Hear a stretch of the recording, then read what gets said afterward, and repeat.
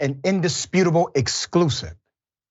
Police officers talking to each other about Cop City admitted that law enforcement engaged in an illegal raid against those who are organizing bond. They also admitted that they have been attacking and targeting protesters, citizens, those who oppose the development of this Cop City in the city of Atlanta.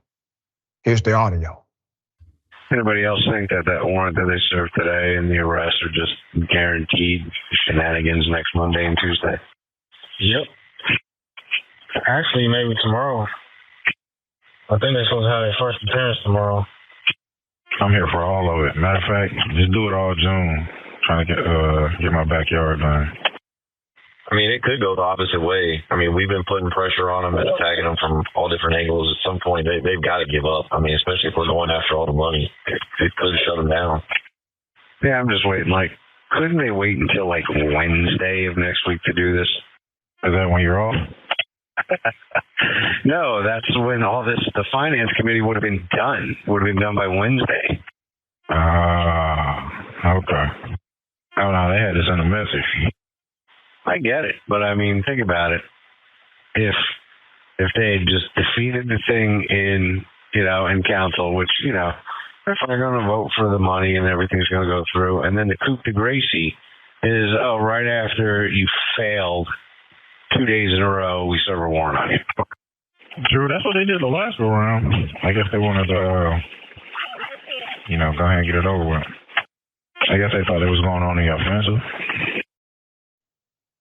I have more information. I was alerted to this by some very good people in the city of Atlanta. I covered it on my radio show this morning. I'm going to give you the updated information that I currently have. Shocking audio, allegedly, of 3 Atlanta police officers out of Zone 4 admitting law enforcement illegally targeted, raided, and criminally charged individuals who oppose the Cop City development in Atlanta, Georgia. You don't have to believe me, the judge is coming in just a minute.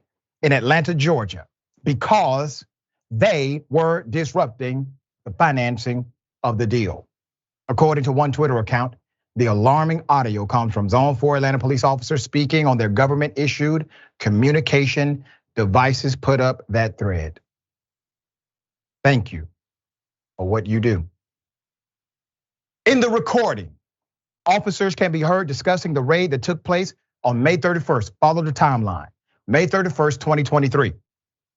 I reported on it at that time, last week, where 3 well-known and well-respected organizers were raided, arrested, and charged with multiple felonies, including financial fraud. Marlon Scott Couts, Adele McLean, and Savannah Patterson, who were active board members of the Atlanta Solidarity Fund. They were charged with money laundering and charity fraud. Many have spoken out against the arrest during that time, and keep their picture up. When I got news of this arrest, you see, all of us in the activist community here in Atlanta, Georgia, we work to bond people out. We pay for the bail amount. We organize NAACP, street groomers, local chapter, National Action Network. You name it. We know the Atlanta Solidarity people. They're good people. And when this news came, obviously every single one of us believed that there was something else to this. I may have been one of the few to say something back then, last week, but now evidence has presented itself that's congruent to the protesters and the sentiment of unfair targeting. According to an article written days ago by The Intercept, Natasha Leonard, an Intercept contributor, highlighted the incident in detail by saying, and I quote, "A heavily armed Atlanta Police Department SWAT team raided a house in Atlanta and arrested 3 of its residents. Their crime, organizing legal support and bail funds for protesters and activists." She went on to say, who was charged, in this case. Atlanta cops charged those 3, once again, Marlon Scott Couts, Adele McLean, and Savannah Patterson, all board members of the Atlanta Solidarity Fund. They raised money for people in jail during civil protests, and they pay legal bills. They were charged with money laundering and charity fraud once again. A couple of days later, I'm giving you the background so we can get to this point. A couple of days after that, the 3 detained organizers were granted bond by a magistrate judge in DeKalb County. DeKalb County is where the actual development is. It is, however, annexed by the city of Atlanta. So this is still very much an Atlanta operation. The magistrate judge in DeKalb County, who said he was very unimpressed with the state's lack of evidence. The judge also expressed concerns that freedom of speech violations from the government may be at play. In an even more ironic request, the state prosecutor asked for no bond to be granted. No bond for a non-violent charge. No bond to be granted. And said that the organizers were a threat to the community. The judge disagreed. The organizers were given a $15,000 bond by the judge, allowing them to post bond through a bonding agency, and they can get out of jail for roughly $150. You already see that the judge doesn't buy it. And the judge involved in this hearing is a seasoned judge, has worked in Fulton County and DeKalb County, has significant context for law, is well respected, and does not say things loosely from the bench. So when this judge not only denied the state's request, then decided to tell the state, I'm very unimpressed with the evidence you presented, and also highlighted the fact this looks to him like some freedom of speech violation here, talking against the government itself. There's more. As stated by the AP, Associated Press, there was an article titled, Bond Granted for 3 activists whose fund bailed out people protesting Atlanta Cop City. John Fowler, Deputy Attorney General for the state of Georgia, stated that the people were detained were a flight risk and posed a danger to the community. The recently obtained audio allegedly exposes 3 Zone 4 Atlanta police officers talking in detail about their common knowledge of the raid being politically motivated and how they have been targeting Atlanta protesters who opposed the development of the planned police and fire training center dubbed Cop City. Put up the transcript. I'm going to read it all. First officer, anybody else think that the warrant that they served today and the arrest are just guaranteed shenanigans next Monday and Tuesday? Next officer, yep, actually, maybe tomorrow. I think they're supposed to have their first appearance tomorrow. Next officer, I'm here for all of it. Matter of fact, just do it all June, trying to get my backyard done. I mean, it could go the opposite way, another officer says. I mean, we've been putting pressure on them and attacking them from all different angles. Another officer, at some point, they've got to give up. I mean, especially if we're the one after all the money, it could shut them down. Yeah, I'm just waiting. Like, couldn't they wait until Wednesday of next week to do this? Another officer, is that when you're off? Ha ha, they laugh. No, that's when all this, the finance committee, that's when all this, the finance committee would be done. They would have been done. They would have been done by Wednesday. Keep the graphic up. I just want to remind everyone, these are cops. These are cops talking about timing and finance committees. These are political terms. These are political terms that they're referencing, not law enforcement dynamics. None of them talk about the law. Now, one of them said what these individuals did was illegal.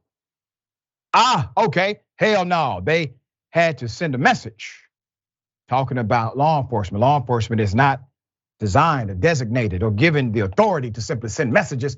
They are supposed to enforce laws, uphold righteousness, and respect the Constitution and your rights. I get it, one cop says, but I mean, think about it.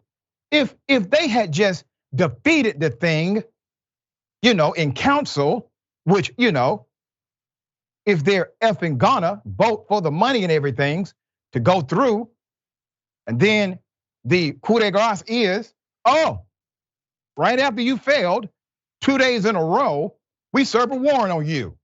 True. That's what they did. And there's another cop saying, true. That's what they did in the last go round. I guess they want to, go ahead and get it over with. I guess they thought they was going on the offensive. These are cops. These are police officers talking with common knowledge about the targeting of civil rights protesters, environmentalists, individuals who organize in a legal way. You do not have to like the methodology. You don't have to like it. You don't have to like what they stand for, but you cannot dismiss the principle of what they are attempting to do. I'm talking about the young activists, the organizers, the citizens who are in Atlanta. Now, I covered this last week. I covered it last week when it first went down, talking about the raid. I took a stand. I made a decision. And I also shared about me being appointed to the Cop City Committee by current Atlanta Mayor Andre Dickens. As I said then, I like Andre Dickens, have a lot of respect for him. He is wrong in this, in my opinion. I'm on that committee because there's a community part that needed connection. I made it very clear, if you don't convince mama them, you'll never convince me. I think sometimes people believe that when you go into certain rooms, they may get you to change your mind. Here's what I said last week for full transparency. A few weeks ago, I was appointed to the Cop City Task Force by the mayor of Atlanta. I like the mayor of Atlanta, I have a lot of respect for him. He's wrong on this, okay? I was appointed to that committee. I know the official name of the committee. I don't call it that because that's not what mama them called it. I will call it the Cop City Committee, all right? Given what has continued to happen, given the reality of this movement being rejected by those who live in the city, somebody needs to rip up this damn contract, okay? Mama them in East Atlanta, where this facility is scheduled to be built, they don't want it. They don't want to hear helicopters while there's a mass shooting training. They don't want to see individuals come back and forth in militarized gear. This is not what they want for their community. Nobody posed the question to them. Nobody got their opinion first. I've also said when I accepted the offer that my advocacy would be one way for the community that will be adversely affected. There is no changing my mind. There is no, can you look at it another way?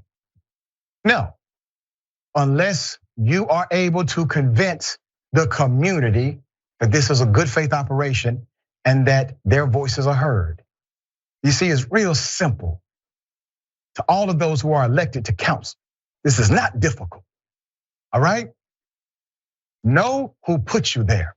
You're going against your own base. You have a base of progressive voters that voted many of you in, believing that you were different than the corporate agenda represented by those who came before you. This is the part that defines not only your political legacy, but it defines your soul. And it will define how I respond to your political career in the very near future. Now, I want to say this to members of council. Many of you I supported in your initial election. I always appreciated your progressive stance on many items. Absolute agreement was not required with me, and you know that. It was understandable that we disagreed on some things. If you do not do right by the community of East Atlanta, I guarantee you, you will not like me next year at all. Bennie, thoughts? Yeah, I mean, there's a lot of layers to this. I mean, the first things first is really what's unique about this is the fact that we have an audio recording of police officers, which is something that is hard for people to deny. Because the truth of the matter is, police officers have always targeted civil rights protesters, like quite literally throughout the entire history of the United States. I mean, do we really need to go back to protesters in Ferguson talking about their experience being targeted by police, and like the countless other protesters across the country in various cities and states that have dealt with the same problem? Except of course, they don't get believed because there's so many people in the media that see somebody with a badge and think that they're the person that should be believed no matter what. And that if you're somebody who's actually trying to fight to make the world a better place, then all of a sudden you get put under a microscope of scrutiny. And that's one of the reasons why they will throw like ridiculous charges on people too, because then the media can say, oh, this is just some criminal who's doing some thing over here. So they clearly can't be trusted. And so there's so many layers to this. But fundamentally, this is something that's been happening across the country. And it's so deeply infuriated because so many of the people in the media are so willing to just sit back and listen to the police without actually having any real scrutiny. And then on top of that, I would argue to say that there's a lot of city council members across this entire country that are probably afraid of police departments. Like, let's be real, they're probably genuinely afraid because if police officers are willing to actively target notable members within the community who are just trying to organize for the betterment of the community, do you really think that police officers would be above harassing people in the districts of specific city council members, or even doing things indirectly to specific city council members, or even harassing city council members themselves? I mean, quite literally, I remember Jeremiah Ellison during the George Floyd protests here in Minneapolis, trying to talk to police officers as they were throwing tear gas at him and all the other protesters, right? So let's be real. There are a lot of elected officials that are afraid of police departments across the country. And because of their cowardice and their fear when it comes to actually addressing the police themselves and actually putting in basic accountability, much less, future planning that takes in mind the needs of the community. These city council members, by refusing to stand up, basically put the community in even greater danger. And that is what is so infuriating about this. Criticism is the price you pay for leadership. The day you are unwilling to pay that price is the day you're unfit to lead.